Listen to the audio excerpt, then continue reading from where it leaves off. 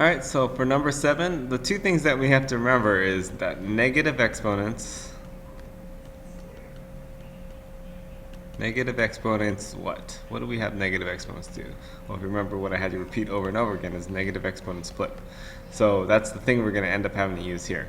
On the test, though, it may be negative exponents. It may have a fraction exponent. So one other thing that's good to memorize and repeat to yourself maybe 5 times while you're studying this is, whoops, is fraction exponents. What do we do with fraction exponents?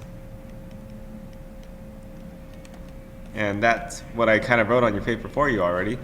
But fraction exponents, we take the root. So you can think negative exponents flip, fraction exponents root.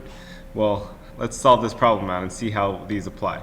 So if I had log base 2 of x is equal to negative 3, and I want to solve this, well, the opposite of a log is a base, so we use a base of 2 to cancel it out. And what we do to one side, we do to the other.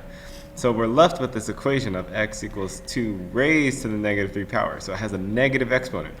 And as you guys, as we wrote over here already, that means it's going to flip. So this 2 to the 3rd power that has a negative exponent, it's going to move to the bottom. It becomes 2 to the 3rd power, but it's going to be on the bottom. But this 2 to the 3rd is just 8, so it's 1 over 8.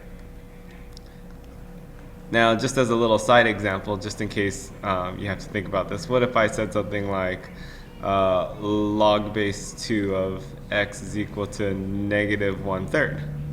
Well, how would this work out is now we need to think about negative exponents flip, fraction exponents root. So let's see what happens here. So solving that out, I'll use a base of 2 again. I end up with x is equal to 2 to the negative 1/3. So first thing we have to think about is, okay, negative exponents flip. So this would be 1 over 2 to the 1/3 power. So it flips to the bottom, becomes positive.